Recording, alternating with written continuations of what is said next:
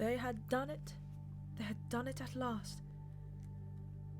The room they were standing in was long shaped and softly lit. The telescreen was dimmed to a low murmur. The richness of the dark blue carpet gave one the impression of treading on velvet. At the far end of the room, O'Brien was sitting at a table under a green-shaded lamp, with a mass of papers on either side of him. He had not bothered to look up when the servant showed Julia and Winston in. Winston's heart was thumping so hard that he doubted whether he would be able to speak. They had done it. They had done it at last, was all he could think. It had been a rash act to come here at all, a sheer folly to arrive together, though it was true that they had come by different routes and only met on O'Brien's doorstep. But merely to walk into such a place needed an effort of the nerve. It was only on very rare occasions that one saw inside the dwelling places of the inner party, or even penetrated into the quarter of the town where they lived. The whole atmosphere of the huge block of flats, the richness and spaciousness of everything, the unfamiliar smells of good food and good tobacco, the silent and incredibly rapid lifts sliding up and down, the white-jacketed servants hurrying to and fro, everything was intimidating. Although he had a good pretext for coming here, he was haunted at every step by the fear that a black uniformed guard would suddenly appear from round the corner, demand his papers, and order him to get out. O'Brien's servant, however, had admitted the two of them without demur. He was a small, dark-haired man with a white jacket, with a diamond-shaped, completely expressionless face which might have been that of a Chinese.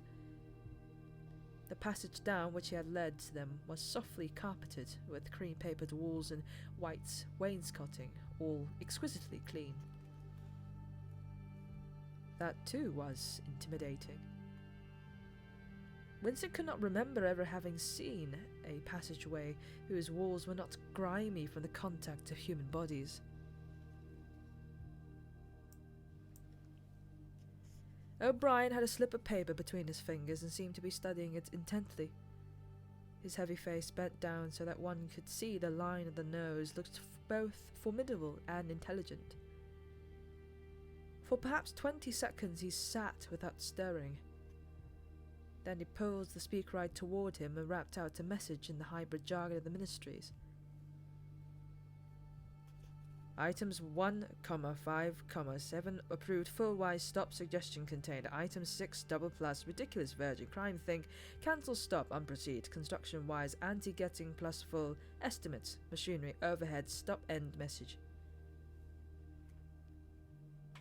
He rose deliberately from his chair and came toward them across the soundless carpet. A little the official atmosphere seemed to have fallen away from him with the newspeak words, but his expression was grimmer than usual, as though he were not pleased at being disturbed. The terror that Winston already felt was suddenly shot through by a streak of ordinary embarrassment. It seemed to him quite possible that he had simply made a stupid mistake. For what evidence had he, in reality, that O'Brien was any kind of political conspirator? Nothing but a flash of the eyes and a single equivocal remark. Beyond that, only his own secret imaginings founded on a dream. He could not even fall back on the pretense that he has come to borrow the dictionary, because in that case, Julia's presence was impossible to explain. As O'Brien passed the telescreen, a thought seemed to strike him. He stopped, turned aside, and pressed a switch on the wall. There was a sharp snap. The voice had stopped. Julia uttered a tiny sound, a sort of squeak of surprise. Even in the midst of his panic, Winston was too much taken aback to be able to hold his tongue. "You can turn it off," he said. "Yes," said O'Brien. "We can turn it off. We have that privilege." He was opposite them now. His solid uniform, towered, his solid form towered over the pair of them, and the expression on his face was still indecipherable. He was waiting, somewhat sternly, for Winston to speak, but about what? Even now it is quite conceivable that he was simply a busy man, wondering irritably why he had been interrupted. Nobody spoke. After the stopping of the telescreen, the room seemed deadly silent. The seconds marched past, enormous. With difficulty, Winston continued to keep his eyes fixed on O'Brien's. Then suddenly, the grim face broke down into what might have been the beginnings of a smile. With his characteristic gesture, O'Brien resettled his spectacles on his nose. "Shall I say it, or will you?" he said. "I will say it," said Winston promptly. "That thing is really turned off?" "Yes, everything is turned off. We are alone." "We have come here because—" He paused, realizing for the first time the vagueness of his own motives. Since he did not in fact know what kind of help he expected from O'Brien, it was not easy to say why he had come here. He went on, conscious that what he was saying must sound both feeble and pretentious. "We believe that there is some kind of conspiracy, some kind of secret organization working against the party, and that you are involved in it. We want to join it and work for it. We're enemies of the party. We disbelieve in the principles of INSEC. We are thought criminals. We're also adulterers. I tell you this because we want to put ourselves at your mercy. If you want us to incriminate ourselves in any other way, we are ready." He stopped and glanced over his shoulder with the feeling that the door had opened. Sure enough, the little yellow-faced servant had come in without knocking. Winston saw that he was carrying a tray with a decanter and glasses. "Martin is one of us," said O'Brien impassively. "Bring the drinks over here, Martin. Put them on the round table. We have enough chairs that we may as well sit down and talk in comfort. Bring a chair for yourself, Martin. This is business. You can stop being a servant for the next 10 minutes. The little man sat down quite at his ease, and yet still with a servant-like air, the air of a valet enjoying a privilege. Winston regarded him out of the corner of his eye. It struck him that the man's whole life was playing a part, and that he felt it to be dangerous to drop his assumed personality even for a moment. O'Brien took the decanter by the neck and filled up the glasses with a dark red liquid. It aroused in Winston dim memories of something seen long ago on a wall or a hoarding, a vast bottle of composed of electric lights which seemed to move up and down and pour its contents into a glass. Seen from the top of the stuff, looked almost black, but the decanter it gleamed like a ruby. It had a sour, sweet smell. He saw Julia pick up her glass and sniff at it with frank curiosity. "It is called wine," said O'Brien with a faint smile.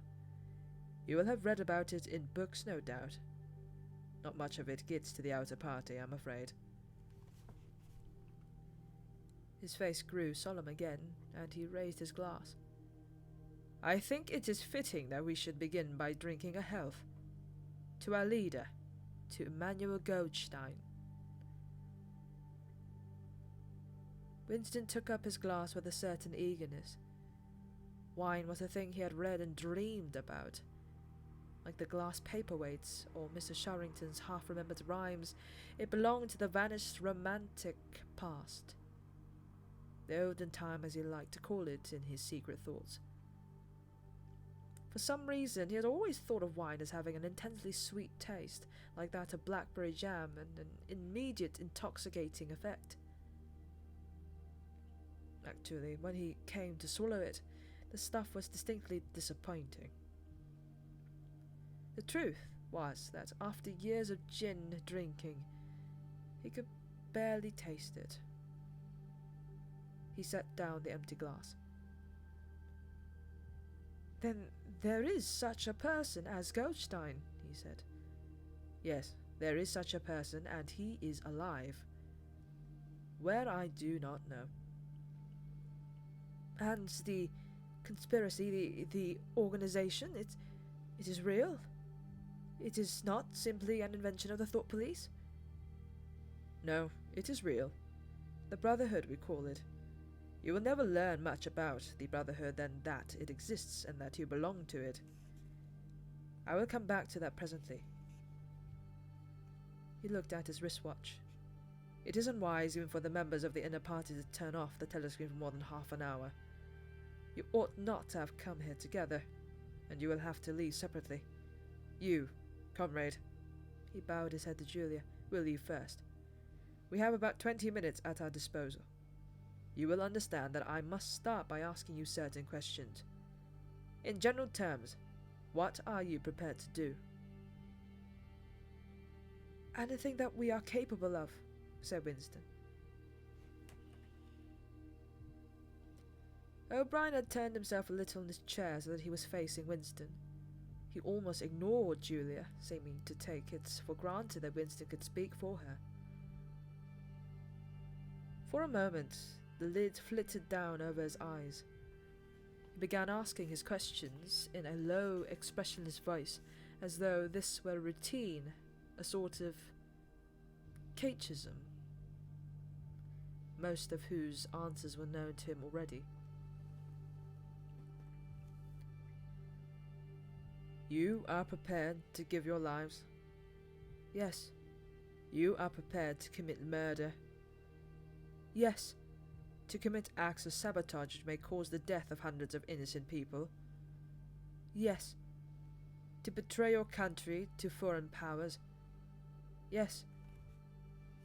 "You are prepared to cheat, to forge, to blackmail, to corrupt the minds of children, to distribute habit-forming drugs, to encourage prostitution, to disseminate venereal diseases, to do anything which is likely to cause demoralization and weaken the power of the party?" "Yes." "If, for example, it would somehow serve our interest to throw sulfuric acid in the child's face, are you prepared to do that?" "Yes." "You are prepared to lose your identity and live it out the rest of your life as a waiter or a dock worker?" "Yes." "You are prepared to commit suicide if and when we order you to do so?" "Yes." "You are prepared, the two of you, to separate and never see one another again?" "No!" broke in Julia. It appeared to Winston that a long time passed before he answered. For a moment he seemed to even have to being deprived of the power of speech.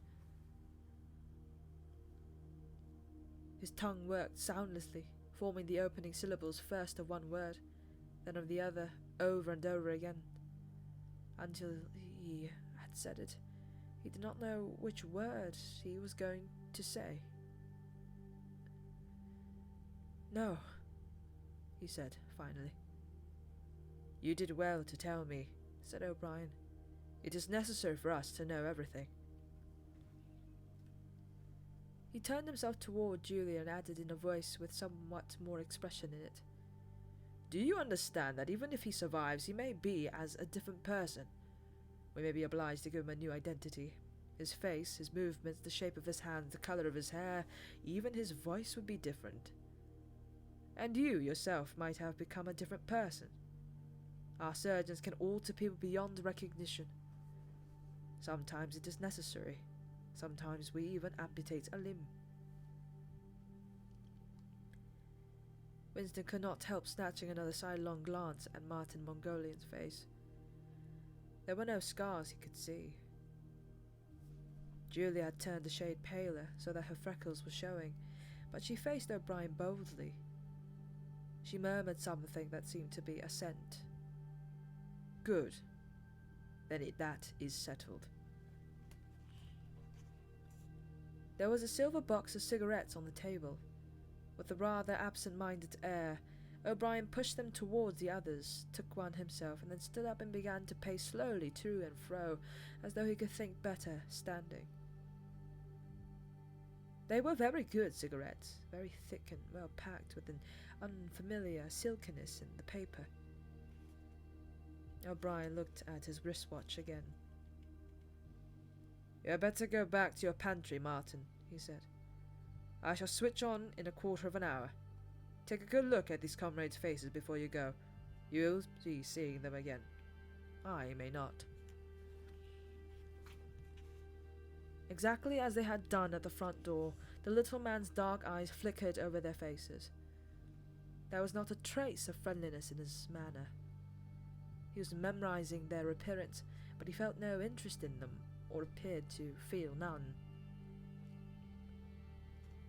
It occurred to Winston that a synthetic face was perhaps incapable of changing its expression. Without speaking or giving any kind of salutation, Martin went out, closing the door silently behind him. O'Brien was strolling up and down, one hand in the pocket of his black overalls, another holding his cigarette. "You understand," he said, "that you will be fighting in the dark. You will always be in the dark. You will receive orders and you will obey them, without knowing why. Later I shall send you a book from which you will learn the true nature of the society we live in, and the strategy by which we shall destroy it. When you have read the book, you will be full members of the Brotherhood. But remember the general aims that we are fighting for, and the immediate task of the moment. You will never know anything. I tell you that the Brotherhood exists, but I cannot tell you whether it numbers 100 members or 10 million. From your personal knowledge, you will never be able to say that it numbers even as many as a dozen. You'll have 3 or 4 contacts, who will be renewed from time to time as they disappear. As this was your first contact, it will be preserved. When you receive orders, they will come from me. If we find it necessary to communicate with you, it will be through Martin. When you are finally caught, you will confess. That is unavoidable. But you will have very little to confess other than your own actions. You will not be able to betray more than a handful of unimportant people. Probably you will not even betray me. By the time I may be dead, or I shall become a different person with a different face." He continued to move to and fro over the soft carpet. In spite of the bulkiness of his body, there was a remarkable grace in his movements. It came out even in the gesture with which he thrust a hand into his pockets or manipulated a cigarette. More even than of strength, he gave an impression of confidence and of an understanding tinged by irony. However much in earnest he might be, he had nothing of the single-mindedness that belonged to a fanatic. When he spoke of murder, suicidal, venereal disease, amputated limbs and altered faces, it was a faint air of persiflage. "This is unavoidable," his voice seemed to say. "This is what we have to do, unflinchingly. But this is not what we shall be doing when life is worth living again." A wave of admiration, almost of worship, flowed out from Winston toward O'Brien. For the moment he had forgotten the shadowy figure of Goldstein. When he looked at O'Brien's powerful shoulders and his blunt-featured face, so ugly and yet so civilized, it was impossible to believe that he could be defeated. There was no stratagem that he was not equal to, no danger that he could not foresee. Even Julia seemed to be impressed. She had a cigarette to go out and was listening intently. O'Brien went on. "You will have heard rumours of the existence of the Brotherhood. No doubt you have formed your own picture of it. You have imagined, probably, a huge underworld of conspirators, meeting secretly in cellars, scribbling messages on the walls, recognizing one another by code words or the special movements of the hand. Nothing of the kind exists. The members of the Brotherhood have no way of recognizing one another, and it is impossible for any other member to be aware of the identity of any more than a very few others. Goldstein himself, if he fell into the hands of the Thought Police, could not give them a complete list of members, or any information that would lead them to a complete list. No such list exists. The Brotherhood cannot be wiped out, because it is not an organization in the ordinary sense. Nothing holds it together, except an idea, which is indestructible. You will never have anything to sustain you except the idea. You will get no comradeship and no encouragement. When finally you are caught, you will have no help. We never help our members. At most, when it is absolutely necessary that someone should be silenced, we are occasionally able to smuggle a razor blade into the prisoner's cell. You'll have to work to get used to living without results and without hope. You'll work for a while, you'll be caught, you'll be confessed, and you will die. Those are the only results that you will ever see. There is no possibility that any perceptible change will happen within our own lifetime. We are the dead. Our only true life is in the future. We shall take part in it as handfuls of dust and splinters of bone. But how far away that future might be, there is no knowing. It might be 1,000 years. At present nothing is possible except to extend the area of sanity little by little. We cannot act collectively. We can only spread our knowledge outwards from individual to individual, generation after generation. In the face of the Thought Police, there is no other way. He halted and looked for the third time at his wristwatch. "It is almost time for you to leave, comrade," he said to Julia. "Wait. The decanter is still half full." He filled the glasses and raised his own glass by the stem. "What shall it be this time?" he said, still with the same faint suggestion of irony. "To the confusion of the Thought Police? To the death of Big Brother? To humanity? To the future?" "To the past," said Winston. "The past is more important," agreed O'Brien gravely. They emptied their glasses, and a moment later Julia stood up to go. O'Brien took a small box from the top of the cabinet and handed her a flat white tablet, which he told her to place on her tongue. It was important, he said, not to go out smelling of wine. The lift attendants were very observant. As soon as the door had shut behind her, he appeared to forget her existence. He took another pace or two up and down, then stopped. "There are details to be settled," he said. "I assume that you have a hiding place of some kind." Winston explained about the room over Mr. Sharrington's shop. "That will do for the moment. Later we shall arrange something else for you. It is important to change one's hiding place frequently. Meanwhile, I shall send you a copy of the book." Even O'Brien, Winston noticed, seemed to pronounce the words as though they were in italics. "Goldstein's book, you understand, as soon as possible. It may be some days before I can get hold of one. There are not many in existence, as you can imagine. The Thought Police hunts them down and destroys almost as fast as we can produce them. It makes very little difference. The book is indestructible. If the last copy were gone, we could reproduce it almost word for word. Do you carry a briefcase to work with you?" he added. "As a rule, yes." "What is it like?" "Black, very shabby, with 2 straps. "Black, 2 straps, very shabby. Good, good. One day, in the fairly near future, I cannot give a date. One of the messages among your morning's work will contain a misprinted word. You'll have to ask for a repeat. On the following day, you will go to work without your briefcase. At some time during the day, in the street, a man will touch you on the arm and say, "I think you have dropped your briefcase." The one he gives you will contain a copy of Goldstein's book. You'll return it within 14 days. They were silent for a moment.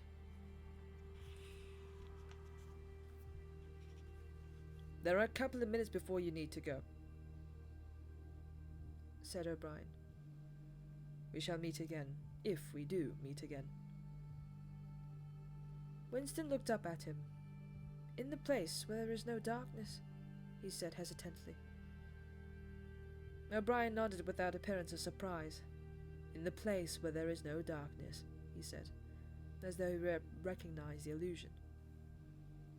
"And, in the meantime, is there anything that you wish to say before you leave?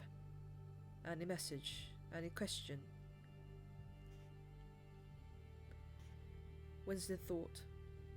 There did not seem to be any further questions that he wanted to ask. Still, less did he feel any impulse to utter high-sounding generalities. Instead of anything directly connected with O'Brien or the Brotherhood, there came into his mind a sort of composite picture of the dark bedroom where his mother had spent her last days, and the little room over Mr. Sharrington's shop, and the glass paperweight and the steel engraving in its rosewood frame.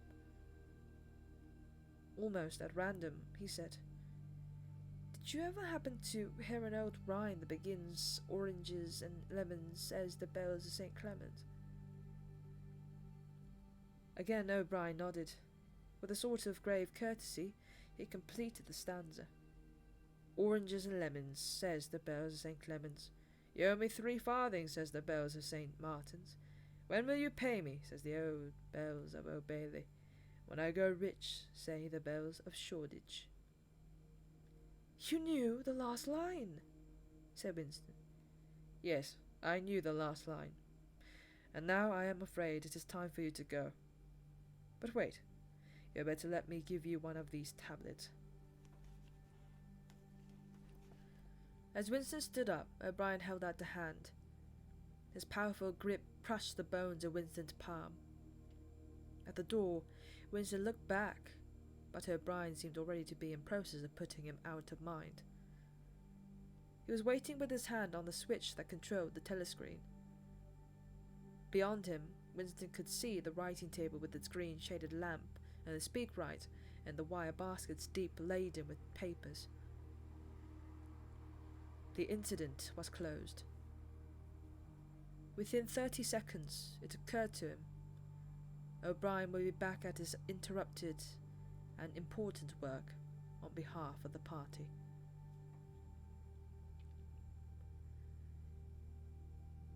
Winston was gelatinous with fatigue. Gelatinous with the right word was. It had come into his head spontaneously. His body seemed not to have only the weakness of jelly, but its translucency. He felt that if he held up his hand, he would see the light right through it. All the blood and lymph that had drained out of him by an enormous debauch of work, leaving only a frail structure of nerves, bones, and skin. All the blood, all the sensations seemed to be magnified. His overalls fretted his shoulders, the pavement tickled his feet, even the opening and closing of a hand was an effort that made his joints creak. He had worked more than 90 hours in 5 days. So had everyone else in the ministry. Now it was all over, and he had literally nothing to do, no party work of any description, until tomorrow morning. He could spend 6 hours in the hiding place and another 9 in his own bed. Slowly, in mild afternoon sunshine, he walked up a dingy street in the direction of Mr. Sharrington's shop, keeping one eye open for the patrols, but irrationally convinced that this afternoon there were no dangers of anyone interfering with him. The heavy briefcase that he was carrying bumped up against his knees at each step, sending a tingling sensation up and down the skin of his leg. Inside, it was the book, which he had now had in his possession for 6 days, and had not yet opened, nor even looked at. On the 6th day of Hate Week, after the processions, the speeches, the shouting, the singing, the banners, the posters, the films, the waxworks, the rolling of drums and squealing of trumpets, the tramp of marching feet, the grinding of the caterpillars of tanks, the rolls of mass planes, the booming of guns, after 6 days of this, when the great orgasm was quivering to its climax and the general hatred of Eurasia boiled up into such delirium that if the crowd could have got their hands on the 2,000 Eurasian war criminals who were to be publicly hanged on the last day of the proceedings, they would unquestionably have torn them to pieces. At just this moment it had been announced that Oceania was not after all at war with Eurasia. Oceania was at war with East Asia. Eurasia was an ally. There was, of course, no admission that any change had taken place. Merely it became known with extreme suddenness and everywhere at once that East Asia and Eurasia was that East Asia and not Eurasia was the enemy. Winston was taking part in a demonstration in one of the central London squares at the moment when it happened. It was night, and white faces and scarlet banners were luridly floodlit. The square was packed with several thousand people, including a block of about 1,000 schoolchildren in the uniform of the spies. On a scarlet-draped platform, an orator of the inner party, a small, lean man with disproportionately long arms and a large, bald skull over which a few lank locks straggled, was haranguing the crowd. A little Rumpelstiltskin figure, contorted with rage and hatred. He gripped the neck of the microphone with one hand while the other, enormous at the end of a bony arm, clawed the air menacingly above his head.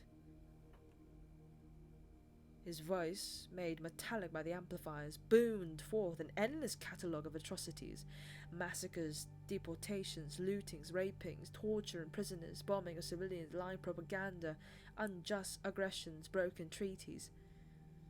It was almost impossible to listen to him without being first convinced and then maddened. At every few moments the fury of the crowd boiled over and the voice of the speaker was drowned by a wild, beast-like roaring that rose uncontrollably from thousands of throats. The most savage yells of all came from the schoolchildren. The speech had been proceeding for perhaps 20 minutes when a messenger hurried onto the platform and a scrap of paper slipped into the speaker's hand. He unrolled and read it without pausing in his speech. Nothing altered in his voice or manner, or in the content of what he was saying, but suddenly the names were different. Without words, said a wave of understanding rippled through the crowd. Oceania was at war with Eurasia, with East Asia. The next moment, there was a tremendous commotion. The banners and posters with which the square was decorated were all wrong. Quite half of them had the wrong faces on them. It was sabotage. The agents of Gosha had been at work. There was a riotous interlude. Wire posters were ripped from walls, banners torn to shreds and trampled underfoot. The spies performed prodigies of activity in clambering over the rooftops and cutting the streamers that fluttered from the chimneys. But within 2 or 3 minutes, it was over. All over. The orator, still gripping the neck of the microphone, his shoulders hunched forward, his free hand clawing at the air, had gone straight on with his speech. 1 minute more, and the feral roars of rage were again bursting from the crowd. The hate continued exactly as before, except that the target had been changed. The thing that impressed Winston, in looking back at the speaker, had switched from one line to the other, actually in mid-sentence, not only without a pause, but without even breaking the syntax. But at the moment he had other things to preoccupy him.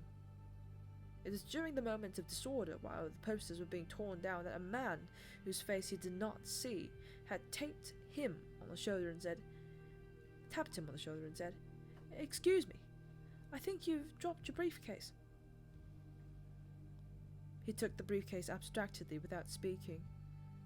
He knew that it would be days before he had the opportunity to look inside it. The instant that the demonstration was over, he went straight to the Ministry of Truth, though the time was now nearly 25 minutes. 23 hours. The entire staff of the ministry had done likewise. The orders already issued